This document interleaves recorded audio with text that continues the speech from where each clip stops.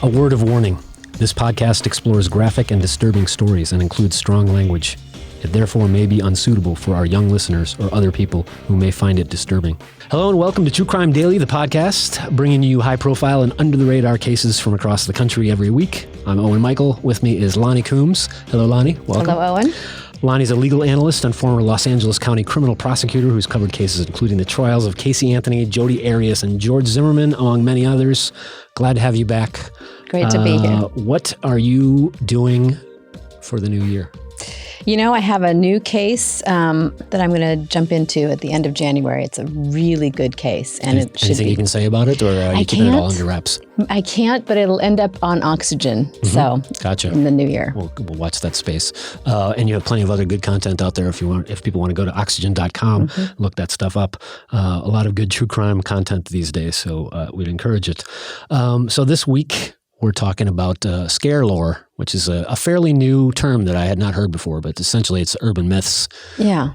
And ahead of the holidays, we figured this might be some useful news that you can use, some stuff that's kind of making the urban myth rounds right now and on social media, which is obviously social media can be a force for good, but it can also spread a lot of misinformation. Yeah. So I'm glad to hear that you had not heard that term before either, because I was feeling very out of the loop when you were saying Scarelore, and I'm like, what are you saying? What is that? I just encountered that, and I'm not sure it existed before even this month, but apparently it's out there. Well, I think it's a play off the folklore, right? And now it's Scarelore, it is essentially folklore. Right? Except, and it's a lot of the stuff, like many urban myths, it has maybe a source in one particular case, one particular instance, or it's not even, it's just a sort of a thing that could have gone wrong. I mean, when I was a kid, there was always the scares about razor blades and apples when you were a trick-or-treater, or, when we had on the other hand, when we had the Tylenol scare in the 80s, that was a real thing, and that was a thing that actually had real-world consequences. So sometimes the stuff is based in reality, whatever. Would you say, speaking of Scarelore, we have the most prominent thing that if we're going to put that in that category, is Halloween candy. Warning about that. And year after year after year, we've even on the site on truecrimedaily.com, we looked into it. And for the most part, there were basically 4 instances over the last 40 years of stuff actually tainted candy or candy apples and things like that. However, this season, there actually was several confirmed reports. They found some needles in various, like in some Snickers bars that somebody had, this is in Connecticut, I believe, somebody had put some sewing needles inside of little fun-sized Snicker bars, which is horrifying. Oh, that's horrible. And there was a couple of other instances like this, so it actually threw the average and actually made it, which is one of those things too, though. You hear about these kind of urban myth stories, and then you're almost worried about copycat type of stuff. So that's right. And all you need is like that one little trigger this year, and it'll be out there forever now. Percentage-wise, if you had 0 things happen last year and they have 1 thing this year, then statistically it's 100% increase, and people are going to react accordingly. And of course, myself being in media, we try to be sensitive to that, but also people want to know about these things. So we have a couple of things. Snopes.com, for those who don't know, Snopes is basically an online resource that kind of, they make it their business to go after urban myths and various myth busting and debunking and that kind of stuff. You can get a lot of good information there. I would recommend it. Generally, they are found to be a very good, reputable source. This year, I've been seeing a lot of stuff on the news, and I shouldn't say news. I'm online a lot. I'm on the digital space a lot, on social media, et cetera. I've been seeing a lot of stuff. A couple of these different stories. There's one that I've seen a lot recently, which is about white vans. Basically, white vans that panel vans, basically work vans that don't have windows on them, and a lot of them will have that sort of exterior door lock in the back with the double doors out there. So there's been a sort of not necessarily a myth, but a thing going out there saying, watch out for, people have been saying word of mouth, it's been spreading on Facebook and various other places, watch out for these things. These things are basically human trafficking vans, and if you see these things, stay away from them, because somebody's going to jump out and put you in one of these things. We've got, again, I'm quoting Snopes here. This is from them. White vans are being used by human traffickers as part of a coordinated effort to abduct women. They rate this as false, for the record. In late 2019, Facebook posts went viral warning that human traffickers in nondescript white vans were using the vehicles in abductions across the U.S. As they say, generally speaking, there could be isolated incidents, could happen to... This is not an indication, though. They say the claim that white vans are being spotted in association with human trafficking appears to be a social media hoax and also a variation on a common theme, one of the most frequent forms of Scarelore, a term that refers, speaking of which, they defined it for us, that refers to making vague but terrifying claims on social media that go viral despite having no basis in fact. There's allegations that human traffickers are luring women using various tactics. We've heard over the years about, being aware that if you're parking next to a van, that, the side door might come out and somebody jump out and draw you in, sort of Silence of the Lambs style, that kind of stuff. I mean, safety experts recommend you do not park near a van. Right. I mean, that's out there. Absolutely. Any van. And, vans sort of rightly or wrongly have a little bit of a reputation, an ongoing reputation all the way back to the 60s and 70s for reasons like this. But this is a very specific one about essentially, this is like an electrician's van or a plumber's van or something like this. Nondescript work vans, as they're describing. White panel van, kind of extended. I suppose it looks sinister, and however this thing originated, who's to say it's not, Well, and it's interesting because it kind of mixes two things that are really hot right now. Human trafficking, which people are talking about a lot. And, the estimated 40 million people have been forced into labor and exploitation worldwide. And apparently, people are talking about that it's here in just not in the foreign countries. It's here in the United States, and it's happening more and more. So people are, I think, very aware of that, talking about it more and afraid of it more. And then you've got this white van thing, which has been around for a long time. White is interesting, but I don't know if you've heard about the book Call Me God, which is about the DC sniper. I just listened to the audiobook recently, and I don't know if you'll remember this, but at the time the police put out that they thought it was a white van. And actually, the FBI kept saying, no, it's not. We don't think it is. But all law enforcement kept focusing on white vans.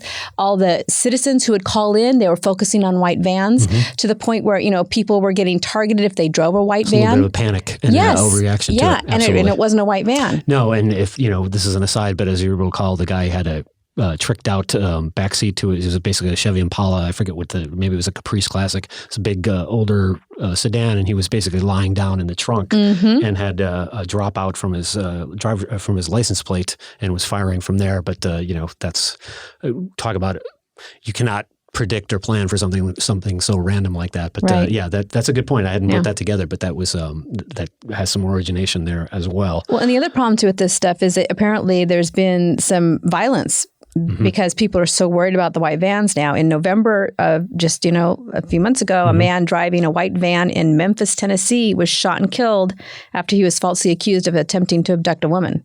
And then in March of 2019, similar rumors led to an outbreak of violence in the suburbs of Paris, France, when a mob attacked a community of Roma people who were falsely accused of using white vans to abduct women. So it's the boogeyman, even across the shores there. And we said the Roma is sort of, commonly known as gypsies or whatever. But the idea that it's the other, that it's somebody, whether, we have a lot of stuff going on in the States these days as far as otherization and that kind of thing. And trafficking is, as you say, very high profile these days. There's a lot of panic about that, especially there's some crazy conspiracy theories about, people, secret cabals of people running things about this. So there's sort of, I wouldn't say a perfect storm, but it's sort of a conglomeration of a lot of, which leads to Scarelore, because you're talking about basically some social anxieties that everybody's into zeitgeist-wise, and it sort of manifests in this. And especially like on Facebook, where a lot of these originate, one person sees it, and then they just immediately repost it with all of their friends. And if it's somebody you trust, you're like, oh my goodness, and you want to repost it because you want your friends to be safe and protected, Right. But so, as they say, there's no pattern to this. There's no evidence that says that there's rings out there using this stuff. This is just sort of spreading like this. So Snopes has officially debunked this.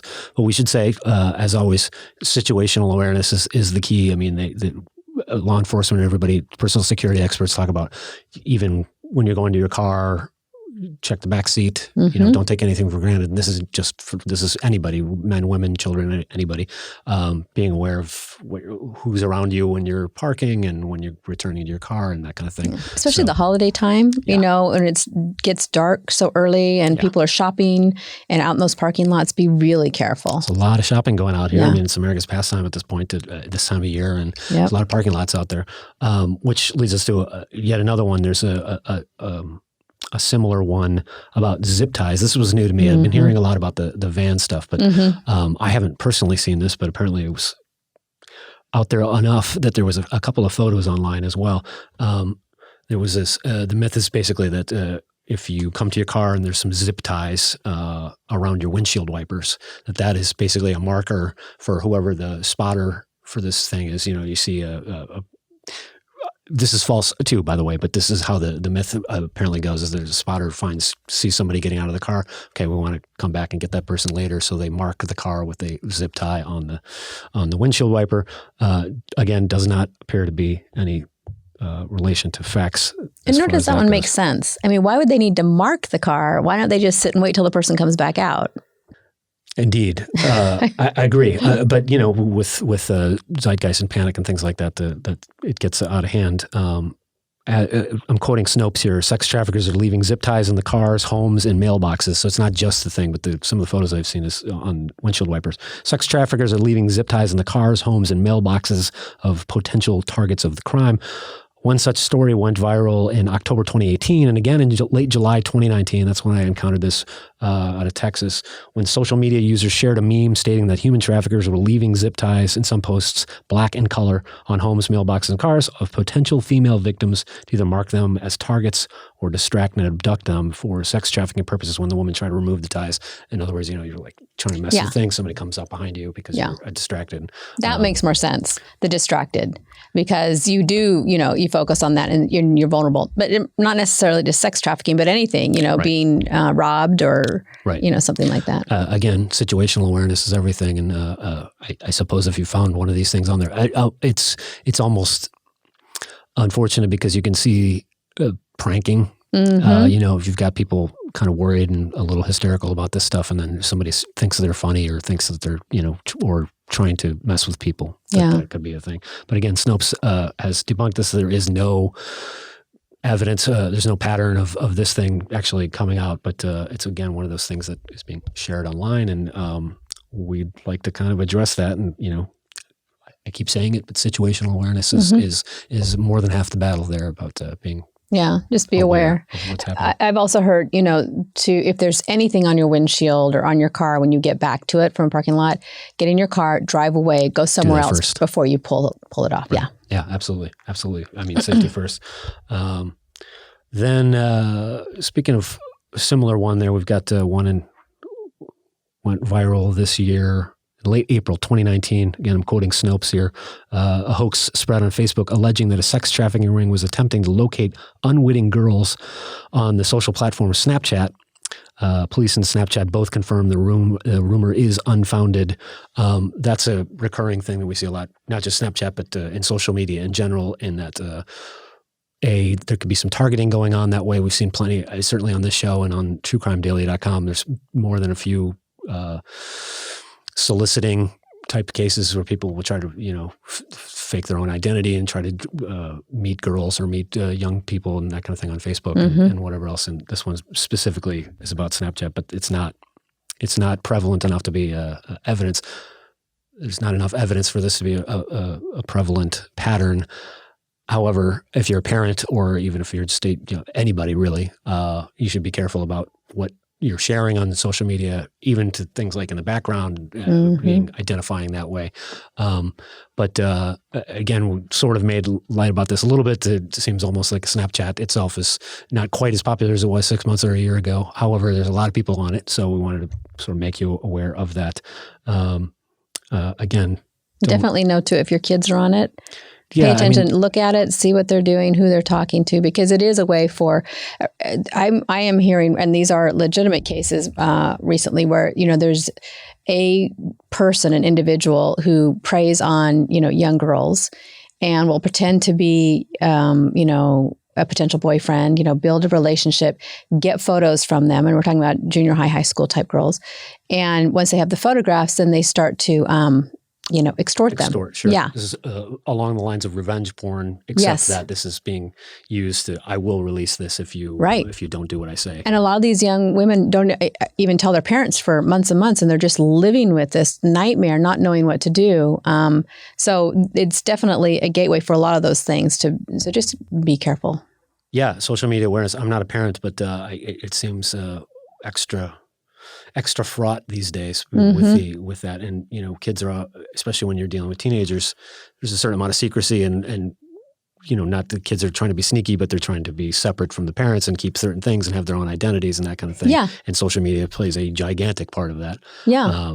So it's tough for a parent to keep track of that stuff. Well, parents think that, if I tell my kids, don't do this, beware, don't send out photos, that's enough. I've taught my kids and my kids are smart. But what they don't realize is these predators on social media are just as good at grooming as we talk about, the predators out in real life. So they will work this relationship for months at a time, just building this trust and this connection because they're not meeting in person. Months and months of, hey, what are you doing? Yes. Hey, I went to that concert last night. Yes, exactly. Till months of that. In their mind, they have this wonderful relationship with this boyfriend or girlfriend, and they'll do anything. So a picture, okay, but they're not going to say, send me a nude picture. They're going to say, oh, let me see, whatever. And slowly but surely, they just pull them down into it, and they don't even realize what they're doing. So it is, that grooming happens in social media too.